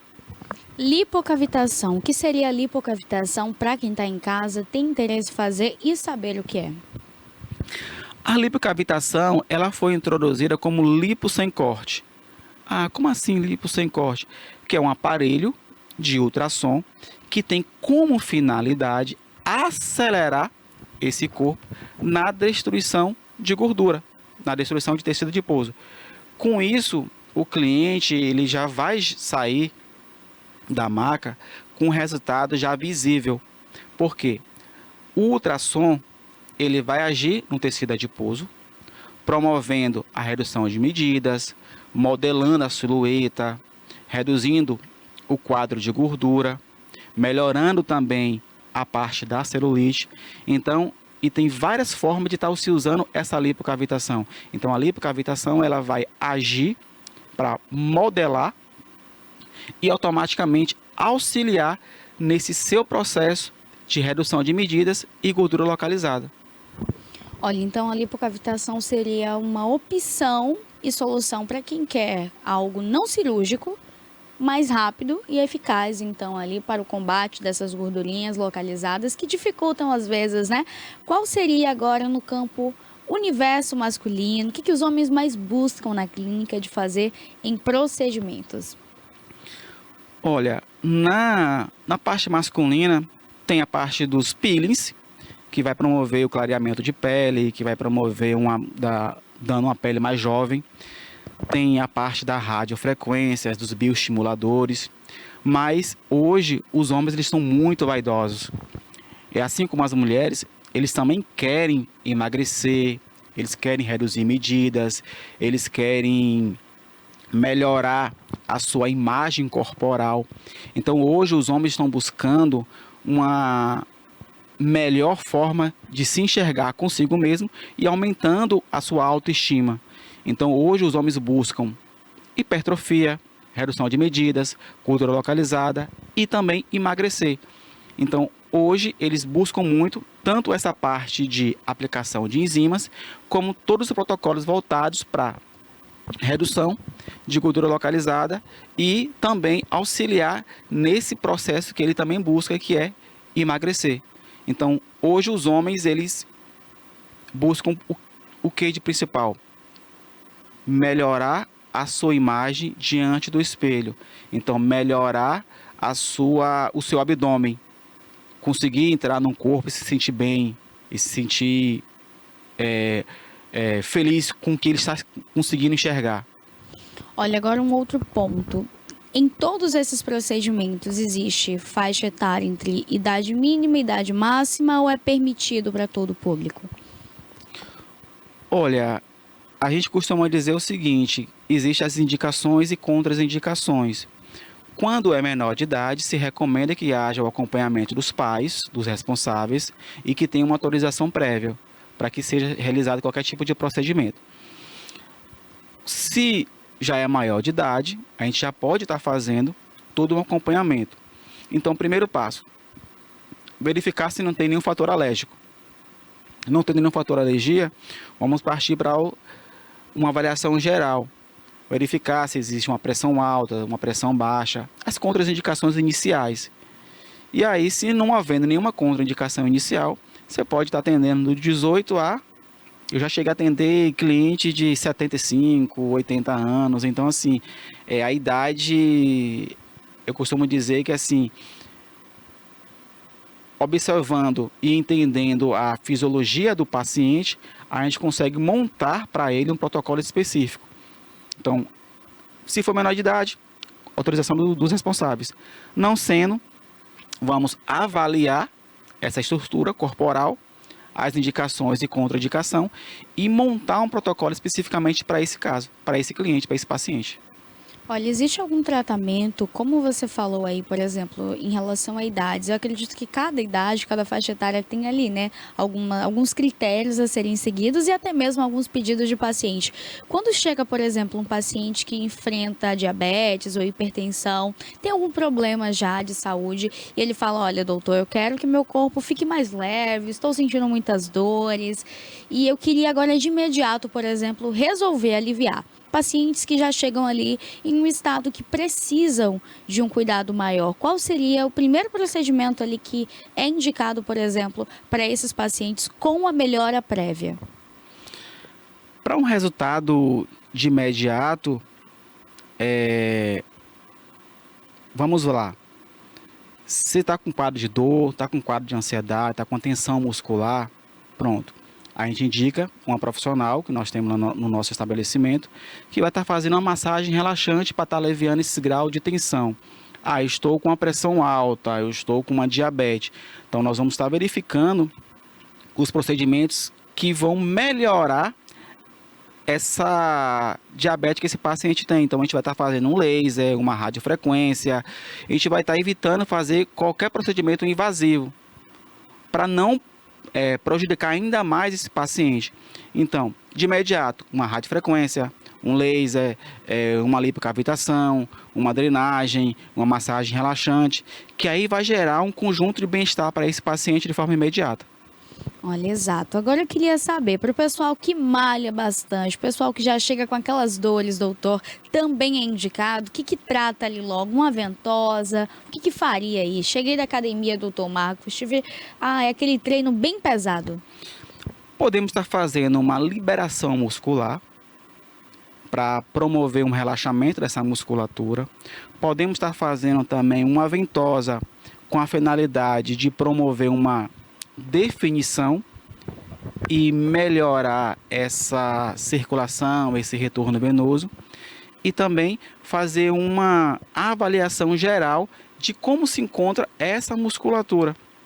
Em cima dessa avaliação de como se encontra essa musculatura, vamos estar liberando essa musculatura, fazendo uma ventosa terapia, fazendo uma liberação miofacial, uma liberação muscular, uma drenagem ou uma massagem mais terapêutica, para promover esse resultado de imediato que esse paciente busca.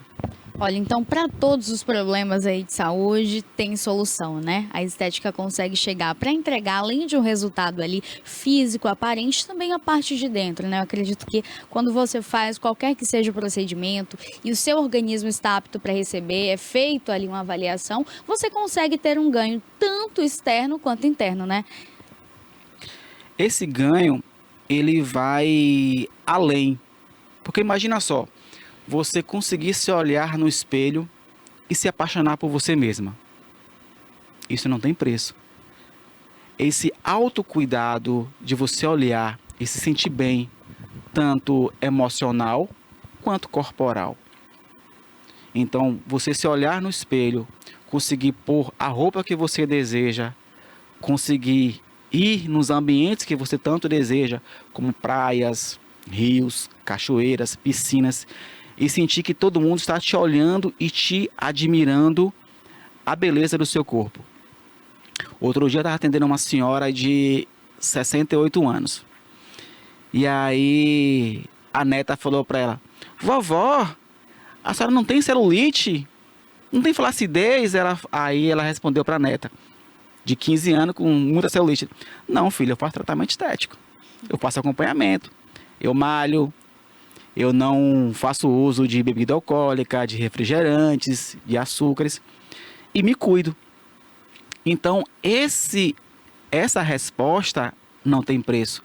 Porque você conseguir ser admirada por você mesma e por todos é excepcional. Então, a estética, ela vai além do cuidado. Ela vai promover em você tanto esse bem-estar interno quanto externo. Ele vai melhorar tanto sua parte emocional, fisiológica, quanto também no seu nível de estresse. Porque a partir do momento que você consegue promover a sua verdadeira versão, conseguir se enxergar e sentir bem com você mesma, isso não tem preço. Com certeza, eu acredito que quando a gente se sente bem, você consegue entregar um resultado, tanto para sua família, né, estar mais disposto, cuidar bem da criançada, fazer aquela comida gostosa, estar bem entre amigos, trabalhar bem. Eu acredito que é uma junção, né? Você vê ali o seu corpo saudável, o seu corpo bem fisicamente e emocionalmente você fica bem também. Eu acredito que existe essa junção entre a saúde e a estética, né, que andam lado a lado para o paciente ter uma melhora, né, tanto física como emocional. Agora, qual seria a dica para quem está em casa? Olha, eu preciso, doutor Marcos, me cuidar. Preciso ir na clínica. Fala aí, faz esse convite para o pessoal de casa conhecer e, claro, se cuidar. Até porque a gente fala muito disso, né? Do paciente estar bem e se sentir bem. Eu costumo dizer que eu consigo trazer você para a sua melhor versão. Qual seria essa melhor versão? Quer se ver livre da celulite, da flacidez, do excesso de peso? Quer se ver livre desses incômodos que tanto te incomoda? Quer conseguir se enxergar e se olhar de uma forma melhor? Estamos aqui para te oferecer um protocolo exclusivos e personalizados para te trazer a sua melhor versão. Estética, ela vai além do cuidado. Ela vai cuidar tanto da sua parte corporal quanto da sua parte facial, melhorando você em todos os aspectos. Quer se tornar a sua melhor versão? Estamos aqui para te oferecer essa melhor versão que você tanto busca. Cuidados com tratamento de alta tecnologia voltado para o seu bem-estar, com protocolos personalizados e exclusivos para você. Olha, para quem ainda não te conhece, faz aí esse convite também para o pessoal de casa e te encontrar nas redes sociais. Qual é o Instagram? Nosso arroba é Clínica Marcos Duarte.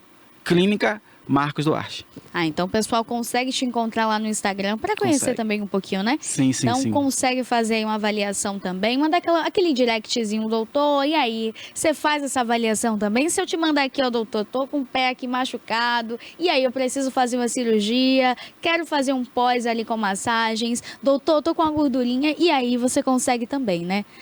A gente consegue dar algumas orientações, mas o essencial é a gente ver. E quando a gente vê, quando a gente toca, a gente consegue ter uma percepção maior de como se encontra.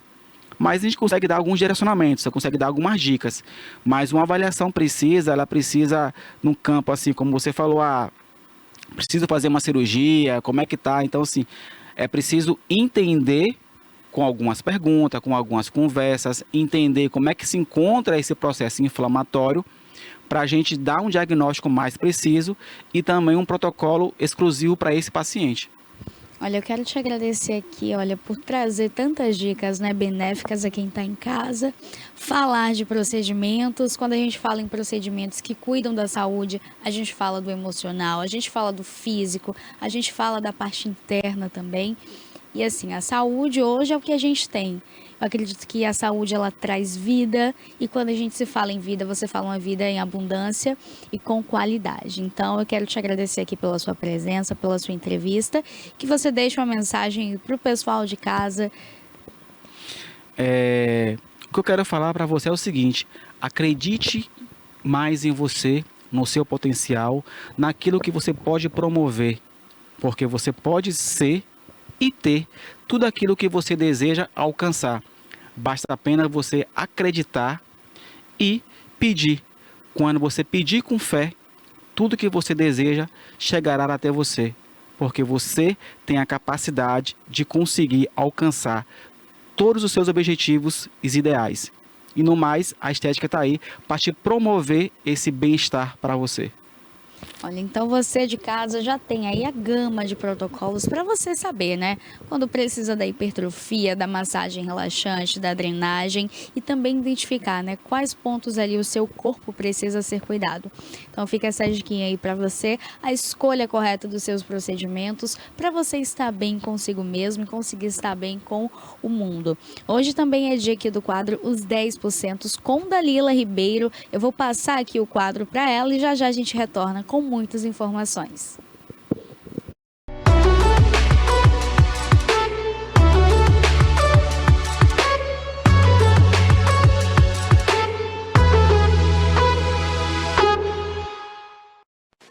Seja muito bem-vindo ao seu programa, Os 10%. Eu estou aqui muito feliz em poder contribuir com você. E eu quero falar algo muito relevante, como sempre nós temos trazido aqui, assuntos relevantes para o seu crescimento, para contribuir com a sua felicidade. Eu quero falar sobre competência, porque as pessoas podem até não gostar de você, ok? Nós não precisamos agradar a todos, mas as pessoas precisam nos respeitar. Eu acredito que todos querem e merecem respeito. No quesito profissional, no quesito relacional, no quesito familiar, em todos os quesitos merecemos o respeito. Ok? E então as pessoas podem até não gostar de você. Elas podem não ir com a sua cara. Mas uma coisa que elas não podem falar contra você é contra os seus resultados. Os seus resultados falam muito mais que você. O que você faz, as vitórias que você tem tido, fala muito sobre você. Então as pessoas podem até não gostar de você. Mas se você tem resultado, elas têm que abaixar a cabeça, porque você é uma pessoa que tem resultado. Uma vez eu estava vendo uma pessoa reclamando de uma outra. Era uma pessoa que tinha muito sucesso familiar, era uma pessoa que tinha muito sucesso empresarial. Ele era um cara extremamente cheio de sucesso. E aí tinha um empresário mediano que ele ficou ouvindo aquele empresário de sucesso falando sobre crescimento, sobre família, sobre posicionamento, e ele começou a falar mal do cara, que eu não posso dizer qual é, por questões de ética, mas era um grande profissional. E sabe o que eu disse para aquele empresário que não tinha os resultados que aquele grande outro empresário tinha, eu falei, olha, querido, você pode estar aí falando que você não concorda com o que ele disse, mas eu quero dizer para você que ele tem muito mais resultados que você. E se você for uma pessoa humilde, você vai precisar reconhecer que você pode até não gostar dele, mas ele tem resultado na vida amorosa. Ele tem resultado na vida familiar. Ele tem resultado em sua empresa. Ele tem resultado em suas finanças. Então eu acho que você poderia ser humilde, abaixar a cabeça e aprender com ele, ainda que você não goste dele. Entenda que as pessoas só vão te respeitar quando você se posicionar e tiver resultados. E os resultados vêm pela competência. E eu quero trazer aqui para você brevemente o que compõe a competência. Porque o resultado que não temos é pelo que não sabemos. Se você quer muito algo e você não tem, é porque você não aprendeu. Porque se você soubesse, você já teria. Tá bom? Então, é muito importante você entender que o que te falta, possivelmente, seja um conhecimento em algo. E se você se propor a conhecer, ter a habilidade correta, com certeza você também terá um resultado tanto quanto das pessoas na qual você admira. Então, competência. Se você tem filhos fortes, se você tem filhos maravilhosos, você é uma mãe e um pai competente. Se você tem uma empresa plausível, uma empresa relevante, você é um empresário competente. Se a tua equipe é uma equipe que entrega performance e resultado, você é um bom líder, ok? Então, tudo está relacionado com os nossos resultados. E é interessante porque se você não está feliz com os seus resultados, você pode mudar eles a qualquer momento quando você muda, quando você aprende o que você ainda não sabe, tá bom? Então, entenda bem, o sucesso vem pela competência. Se você tem um bom casamento, significa que você é um competente, você sabe estar casada ou casado, você sabe sobre se relacionar, então você tem competência nessa área. Ou em qualquer uma outra área que você tenha um resultado positivo. Então a pergunta que não quer calar, Dalila, então o que é competência? Eu vou te dizer aqui o que significa competência. Porque para você alcançar o que você deseja, você precisa ser competente. E o que é competente? A competência vem do conceito chá. O que é o conceito chá? Conhecimento, habilidade e atitude. Ok? O que torna uma pessoa competente é quando aquela pessoa tem um conhecimento teórico sobre aquele assunto. O que é alguém competente, Dalila? Alguém que primeiro tem um conhecimento teórico. Quando a pessoa sabe ali os princípios, ok? Teoricamente falando, quando ela sabe ali cientificamente falando, ela já tem um primeiro pilar da competência, mas ela ainda não é competente, ok? Então, já que você quer se tornar uma pessoa competente, o primeiro pilar da competência é o conhecimento técnico, científico, conhecimento sobre o seu ofício, sobre determinada coisa, sobre o que você fala, conhecimento, ok? O segundo pilar da competência é o pilar da habilidade, conhecimento teórico. A habilidade é prática. Então, o segundo pilar da competência é você praticar. É você não só ter o conhecimento teórico, mas você ter a prática. Ok? E a prática está relacionada com as habilidades que nos faz sair do ponto A ao ponto B. Em episódios passados, nós falamos que o que fez Dubai sair de um grande deserto e ir para um oásis e um centro disruptivo, de uma referência mundial para os próximos anos, foi as habilidades da sua liderança, certo? Então, em 20 anos, Dubai se tornou tão disruptiva como é, porque existiam pessoas com habilidades, perfeitamente habilitadas, para transformar o deserto em um oásis.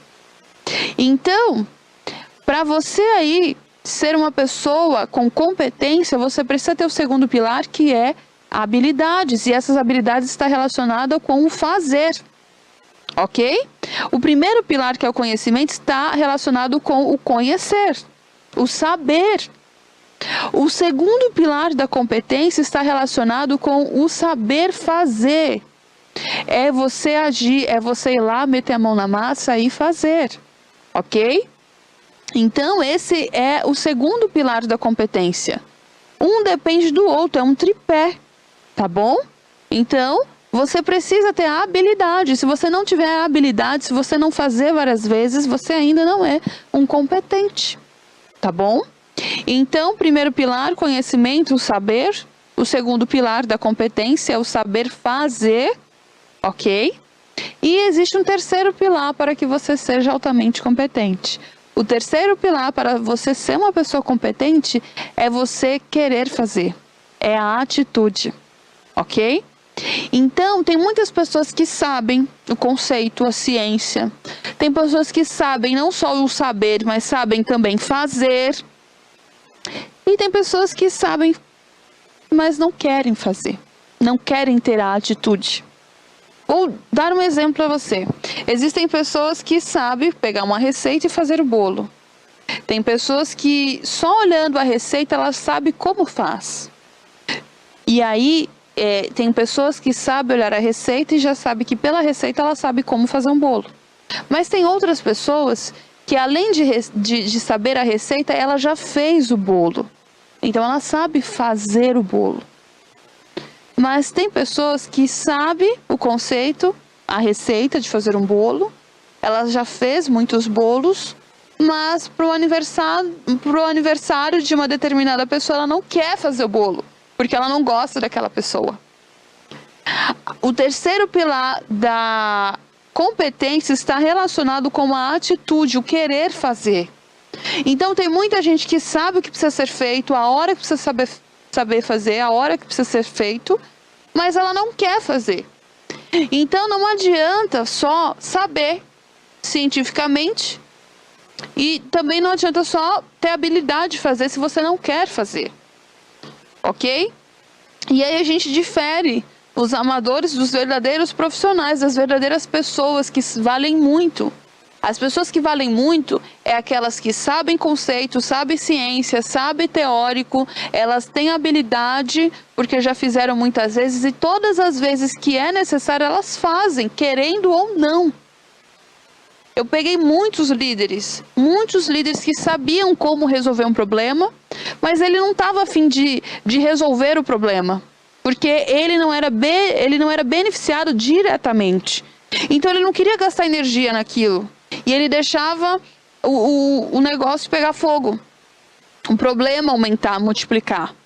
Então isso não é competência. Competência é você ir lá tomar atitude, ainda que você diretamente não seja beneficiado. Mas você foi lá, tomou atitude e resolveu o problema. Eu estou falando de liderança. Eu estou falando de um pai, de uma mãe, de alguém. E quero logo abrir um parêntese aqui e dizer que você jamais tem que fazer o que o outro tem que fazer. O que eu quero dizer com isso? Eu quero dizer que você sempre tem que ajudar todo mundo. Você sempre precisa ajudar as pessoas, mas jamais faça parte delas. Você pode até ensiná-las como fazer suas próprias partes, mas não faça parte dela, ok? Mas a competência, o terceiro pilar da competência é querer fazer.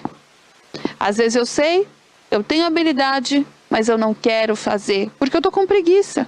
Porque eu não quero queimar minha energia. E o competente, ele vai lá e ele faz. Ele quer fazer e ele coloca em prática o que ele sabe. Então, se você quer ser uma pessoa competente, em vários núcleos que você aí se compõe enquanto ser humano, você precisa querer ser competente.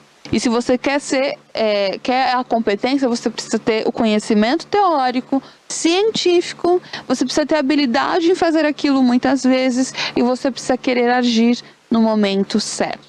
Você precisa querer ter a atitude. Então, o que compõe a competência é conhecimento, habilidade e atitude. Se você não tem conhecimento, não tem habilidade, não tem atitude, você ainda não se tornou uma pessoa altamente competente para determinada ocupação, seja no quesito pessoal ou no quesito profissional. A melhor maneira de você acertar é aumentando o seu preparo. Então se prepare para tudo, se prepare para os relacionamentos, se prepare para o sucesso. Olha só, muitas das vezes a gente passa a vida correndo atrás dos nossos sonhos, correndo atrás das nossas oportunidades. E quando ela chega, você não sabe o que fazer. Ou, ao menos, consegue reconhecê-la. Eu conheço muita gente. Eu conheço muita gente que deseja muita coisa, que corre atrás de infinitas possibilidades. E quando as oportunidades chegam, elas não conseguem identificar as oportunidades, ou tampouco estão prontas para a oportunidade. Então, eu quero dizer para você que a maneira que você evita perder as melhores oportunidades da vida, porque elas vão chegar. Entenda que as melhores oportunidades da vida existem, estão aí o tempo inteiro. E elas vão chegar. Umas melhores do que outras, mas todos têm oportunidades. Tudo é uma oportunidade. E se você trabalhar a competência e estiver pronto, você vai conseguir o que você quer. Não adianta desejar. Tem que se preparar para o imprevisível. Tem que se preparar para o que você tanto almeja.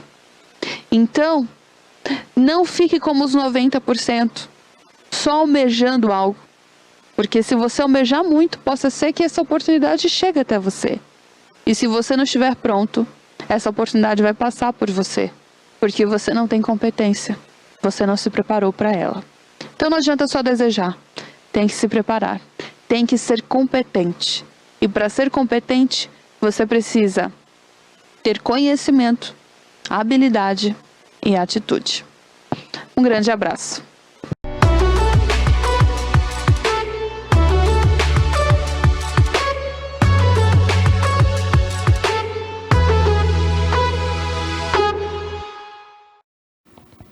Olha, estamos de volta aqui já para finalizar o nosso programa de hoje. Dizer para você que amanhã a gente volta, mas a nossa programação ela segue por aqui com Alerta Cidade. Thaís Santana vai estar aqui à frente do programa, cuidando então aí de muitas informações do Sul e extremo sul aqui da Bahia. Por isso, minha gratidão a você de casa que ficou conosco aqui durante todo o programa. Deixar as nossas redes sociais, Cássio, põe aí para o pessoal na tela o QR Code e o nosso Instagram. Pérola, o QR Code, como que eu acesso? Bom, o QR Code você aponta a câmera do seu celular para aqui, olha, o que está aparecendo na tela para você. Então você aponta a câmera do seu celular aqui para o QR Code e você será direcionado pelo link tvplay.com.br.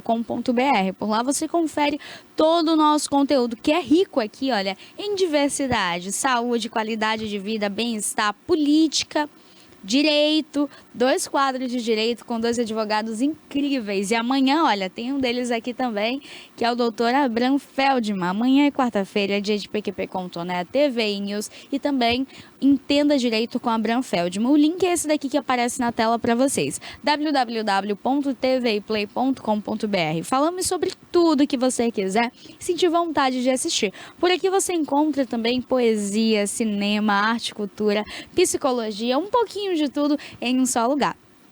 tvplay.com.br. Acessa lá e venha assistir. A nossa programação, olha, ela continua aqui no restante do dia. Final do dia tem TVI à tarde, hein? Com muitas informações assim quentinhas para você de casa ficar atualizado sobre tudo que acontece aqui na nossa região. Põe o Instagram aí também, Cássio, para o pessoal de casa já ir lá seguir a gente, TV Play Oficial. TV Play Oficial, esse é o nosso Instagram.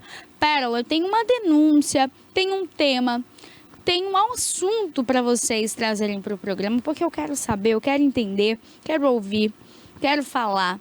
Manda pra gente TV Play Oficial. Através desse Instagram você conhece um pouco aqui então do nosso programa, os nossos apresentadores diários, que sim, preparam coisas incríveis para vocês.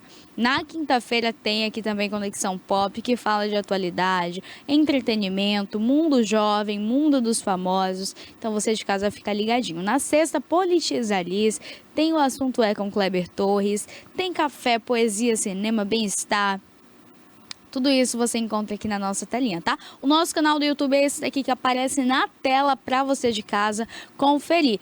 TVI Oficial. TVI Oficial. Vai lá, clica no inscrever-se e ativa o sininho. Por que é importante ativar o sininho? Porque todos os dias, ao entrarmos ao vivo com notícias da Bahia, Brasil e do mundo, a gente partilha essas informações e chega a notificação na tela do seu celular, computador, tablet ou notebook. Aonde você estiver, chega a notificação, você vai lá e assiste a gente. Além de que as nossas reprises, elas passam aí para você ter acesso a toda essa coletânea de programas. Por isso, um beijo especial, fiquem com Deus e amanhã eu e você, a gente tem esse encontro marcado às 10 horas aqui na telinha da TVI.